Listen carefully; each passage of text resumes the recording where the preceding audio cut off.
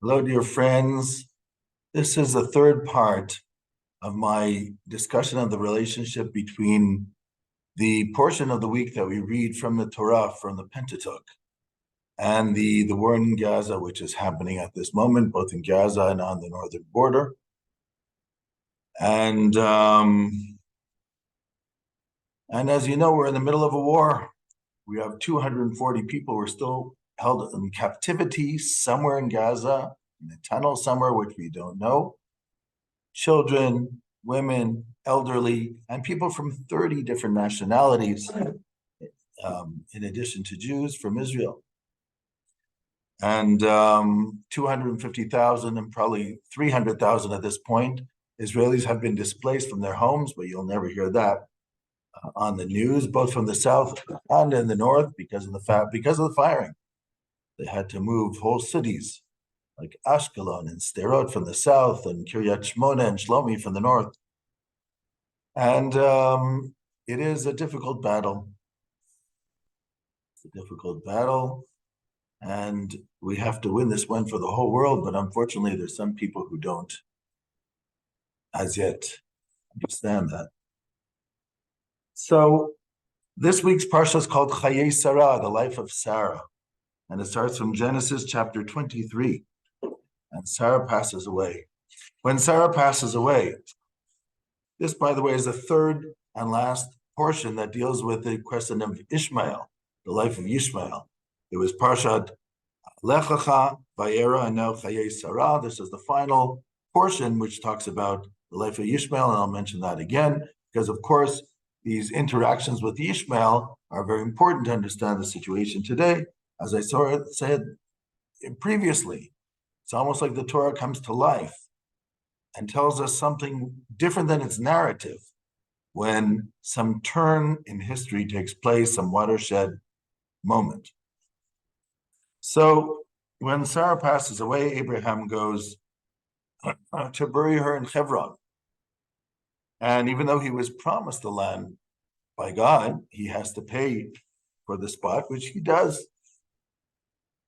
And after Sarah is buried in the cave of the Machpelah, Abraham, as Rabbi Jonathan Sachs put it, who was promised by God to have the land and his children would be a great nation, decided to take his future into his own hands and pursue actively to fulfill God's promise. So he looks for a wife for his son Isaac, so that Isaac will have a continuity. And Isaac, of course, and then he sends his servant, according to the Midrash was Eliezer, and he sends his servants to the house of Laban and the house of Bethuel. And the servant meets Rebecca, at the well, when he asks God for a sign. That first woman who says to me, I will give you water and also give water to your camels. This is the one who will be for my master's son. So Rebecca comes from the well and she says, I'll give you water and give your camels water. By the way, giving camels water takes a long time because they can hold a lot of water. But she does that. And that's in this week's parasha. And then after that, after the story of Isaac getting his wife, we have, of course, and meeting his wife. Then Abraham, it says, takes another wife whose name is Keturah. According to some interpretations, like Rashi, Keturah was Hagar who came back to Abraham. Others say it was a different wife. And Keturah has also children with Abraham. But then Abraham sends away the children from the Pilakshim, from the servants, and he sends them eastward. So what is happening here? And then the parsha finishes with the children of Ishmael. What's happening here is that same Abraham, who was against sending Hagar out to the desert in Parshat Lech Lecha, and also was against evicting Ishmael when Sarah said we have to expel Ishmael because he's having a bad influence on Isaac. According to Rabbi Shimon Bar Yochai, what was he doing? What does it mean that he was laughing at Isaac? Since he had a bow and arrow, because he was a hunter, he would pretend to shoot at Isaac and let the arrow fall in a different way and say, "Oh, I missed you," according to Shimon Bar Yochai in the Talmud. Which means he was playing around with the idea that I should be the one inheriting the land and not you. I'm the older son. I was born before you. And I'm being nice by letting you be around, because if you wouldn't, it would have been me. So Sarah says this is enough. God's promise is to Isaac, and therefore we must get rid of Ishmael and his mother, and which is what happens. Now, I just have to understand what's going on here. In the book of the Zohar, which is also known as the Book of Light, it's a Kabbalistic book which appeared for the first time around 1280 in Castilla in Spain. There's an interesting discussion here in Aramaic. I will read it from the Hebrew and translate it. It says, when Abraham was told he was going to have a son, in the book of Genesis, Abraham, and I'm reading this, by the way, from, it's called Zohar, the second part, which is from the book of Exodus, page 32a. It's a Kabbalistic work. So when Abraham said to God, maybe my son Ishmael will live before you, God told him, no, you're going to have a son whose name is Isaac. But he said, don't worry, Ishmael will also be a nation. And he allowed Ishmael also to be circumcised like Isaac. Isaac was circumcised at 8 days eventually. Ishmael was circumcised at the age of 13. Then the Zohar says, look what happened. For 400 years, the angelic minister in the heavens, who was in charge of the children of Ishmael, requested from the Holy One, blessed be he, if Ishmael has the circumcision, he should also have a portion in your holy name. God said, yes, he does. And then the minister said, yes, but if Ishmael is circumcised, he should have a portion, the same portion as Isaac. And it's not that way, because after all, you said Isaac is the one that will continue the seed of Abraham.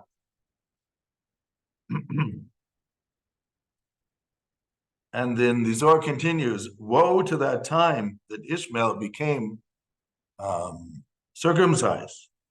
What did the Holy One, blessed be he, say against the angel of Ishmael? He decided that the angel of Ishmael would not be on the same spiritual level, but did give him a place in the Holy Land down there in order to give him reward for the circumcision. And the day is going to come that the children of Ishmael, which of course the Arabs are descended from Ishmael, are going to take over the Holy Land for many years. And during that time, the Holy Land will be totally empty, just like their circumcision became empty. And they will hold back the children of Israel from coming back to their own land until the merit from the circumcision, until that merit of the children of Ishmael will run out. And then the children of Ishmael are going to create great wars in the world. And all of the countries of Edom, which means, and those who are familiar with Midrashic literature, the Edomite countries here means the Western countries who took over from Rome. And they will make a major war between the Ishmaelites and the Edomites. One will be on the sea, one will be on the land, and one will be close to Jerusalem. And they will try to take over one or the other. And then the Holy Land at that time will not go to the Edomites, will not go to the west. At that time, there'll be a great arousal from the end of the world on the Roman Empire. And there will be a 3-month battle. And all the nations shall gather around and and encircle the Edomites, which is the west. But and God will also be aroused, because it says, for God has a zevach, which means a slaughtering to do in Batsra. Batsra, by the way, is in Iraq. And then from all the corners of the land, the children of Ishmael will be destroyed from the land. And all of their powers from above will be destroyed.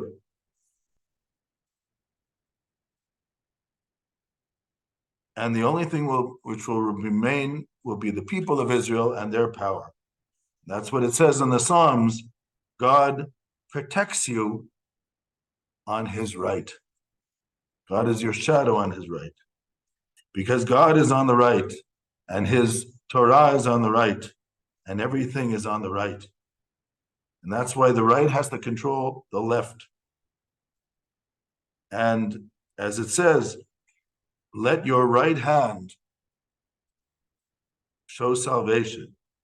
And in that time, it will say that as it says in Isaiah, many nations shall have a clear voice and call out to God, to follow God as one. And in that day, God will be one, and his name will be one. Blessed is God forever and ever. Amen and amen. That's the Zohar at the end of Va'era. So the Zohar is saying there is a merit that Ishmael has, a claim over the land because of the Brit Milah, because of the circumcision. And they want their claim. And God lets them have their claim until that merit runs out.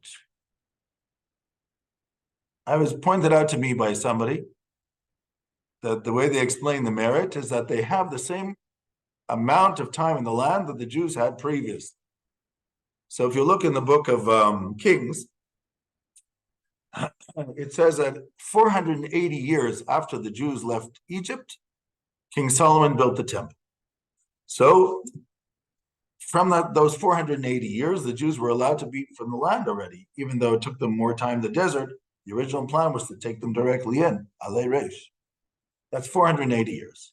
Then, according to our tradition, the first temple stood for 410 years, and the second temple stood for 420 years after the 70 years in Babylonia, where we were not in the land. That means altogether, the Jews controlled the land of Israel.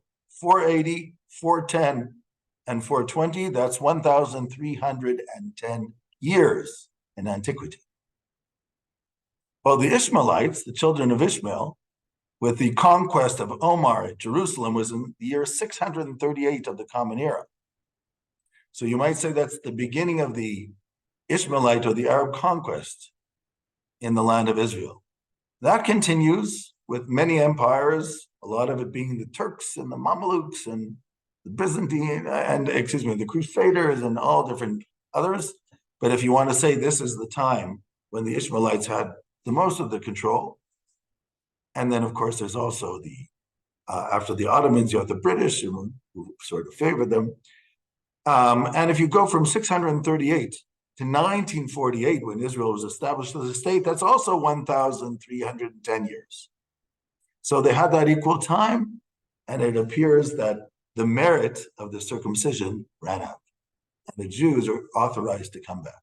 But they still want the land, because they didn't follow what the angel told Hagar to submit yourself to Sarah and use her eyes, and Abraham and use his eyes to get direction.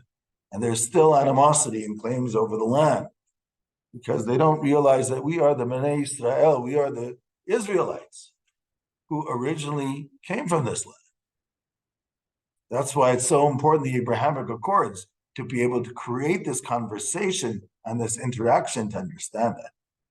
So that, again, we'll be able to get together. In this week's parasha, in this week's portion, in Hayei Sarah, it talks about some solutions, which I think is very important to know this from a biblical point of view. Because the animosity is there. The fight over the land is there. But there are actually interesting solutions in this third and final portion discussing Ishmael. In last week's portion, in chapter 22, Abraham tells his lads that they're going up to the Mount Moriah. And it says, I and the lad will go up to the mountain and we shall bow down to God and we shall come back. But in the end, it says at the end of chapter 22, Vayashav Avraham el Narav, only Abraham came back to his lads. Where was Isaac? We find Isaac in this week's portion for the first time since the Akedah, since the binding of Isaac. We find him in Be'er Lachai Roi. When the servant of Abraham comes bringing Rebekah, his new wife, they meet him in Be'er Lachai Roi. What was Be'er Lachai Roi? That was the place where Ishmael dwelled. That's where he lived. You see, Isaac, after the experience, and you might say the trauma of the Akedah, where his father brought him as an offering, and he was sure he was going to die, but in the end it was a ram instead of him. He went to look for the one person in the world who also knew what it meant to be a child of Abraham, Ishmael. According to Rashi, the famous 11th century commentator from France, Rashi says that Isaac was 37 during the time of the binding of Isaac. Others say younger, but I'm going to take that for a moment. When he meets Rebekah, he is 40 according to the Bible. That means at least for 3 years, he went to live with Ishmael as his neighbor. During those 3 years, Isaac decided to do something very bold. He was going to do something different than what his parents did. His parents banished Hagar and Ishmael because they were afraid it would affect him. And now he's an adult. He already knows his place and he knows what he has to do. So he decided to spend 3 years discussing with Ishmael what is their relationship. And according to our tradition, he succeeded. Because at the end of the parasha, it says in chapter 25, verse 9, when Abraham died, he was buried by Isaac and Ishmael, his children, where Isaac is placed first. And according to the Midrash, the rabbinic homiletic, the rabbinic interpretation, Ishmael said to Isaac, I want your name to go first because you got the promise. And now we're working together. You are in the first, I'm second, but we're working together. Which means that there can be optimism. It's not going to be easy. The wars will continue unless we can figure out some inroads. But the Torah says to us, there is possibility of Jews having inroads with the Arabs. Iran are not Arabs, but with the Arabs, it says that there are possibilities here. And I like being an optimist, and I like thinking of it that way. Now I'm going to say one last thing, 2 last things. Number 1, the Haftarah. What we read in this Parshat Hayei Sarah, we read from Kings 1, where it says that David was old, and he was getting old, and one of his sons rebelled against him, Adoniah, the son of Chagit. And he said, I'm going to be the king. And Bathsheba, the mother of Solomon, finds out about this and he says, we have to tell David. He doesn't know. There's a coup d'etat. There's somebody trying to take over the kingdom. He already promised Solomon. So she goes to the prophet, and the prophet Nathan, says to him, what am I going to do? Nathan says, we have to go to the king and you have to tell him. So Bathsheba goes to King David and says, did you support your son Adoniah being a king? David said, no, I did not. Says, well, why are they saying now that he's a king and they're having this festivity and they invited all these important people? David says, bring your son. Bring Bathsheba and bring your son. David says to Bathsheba, your son is going to be the next king because that is what I vowed and that's what I pledged and that's what's going to happen. And she bowed down and Solomon became the king. Again, this idea of somebody else trying to take over from the lineage. And that's how it connects to this parasha. That somebody else was Ishmael who tried to take over the land. In this parasha, So we've been fighting, unfortunately, for many years. Since the beginning of the state, it's 75 years. But there is a message here through the rabbinic understanding that inroads can be made with Ishmael. Unfortunately, there are lots of extremists, and it's very hard to get over those extremists. But inroads can be made. One last thing, next week's portion, which I'm not going to go into now, talks about the struggle between two new people, and that is between Jacob and Esau, who are struggling already in the womb in next week's Parsha and Toldot. And they're struggling over the birthright, just like Ishmael struggled with Isaac. And in this case, they're from the same woman, from Rebecca. And Rebecca tries to understand what's going on. And she seeks God and says, God says, there are two nations in your womb,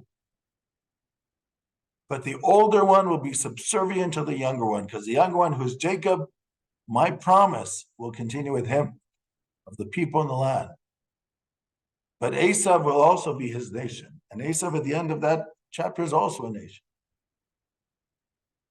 Now, in a very strange way, the Midrash, the rabbinic homiletics from the Second Temple period, and just after the Second Temple period, associate for some reason Esau, who is the father of Eudamidians, which was a nation who lived during the Second Temple period, with the Roman Empire and the nations that continued the Roman Empire, what we call the West today. And so if we understand this related to what's going on now, it seems that after we have struggled with Ishmael, and the struggle with Ishmael would have stopped, there's going to be a struggle with the children of Esav, which for some reason, even though it's hard to understand it historically, but for some reason, for the Midrash, it means the descendants of Rome, which might be the Europeans, maybe even the Americans. And the struggle will be a political struggle. Because as you know, I think it was somebody once said, the West never lets Israel win a war. We're allowed to win the battle, but we can't win the war ever.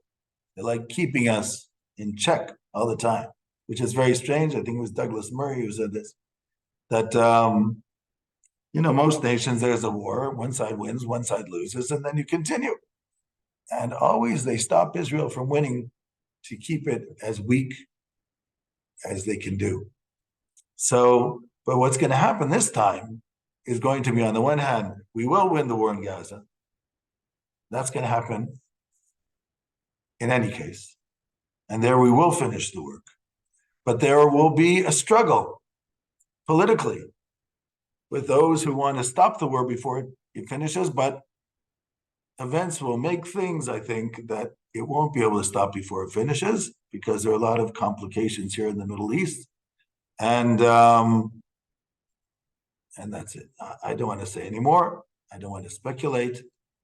For some reason, the parasha has a way of teaching us things. But I'm just saying that our leadership is going to have to be strong, because there are going to be attempts to curtail this. And it will be, and if it stops before the end, it will be very bad outcomes for all involved. And I'm not talking about just Israel and the Palestinians. So that's why I'm pretty sure that the Gaza operation will continue to its goal. How do I think Israel will be able to stand against those from the other nations who will want to stop it? I don't want to say. We'll see how it plays out. Don't like. So we'll see how this plays out, and God willing, peace will be at the end. And may there be peace on Israel and all of the world. Shalom, shalom.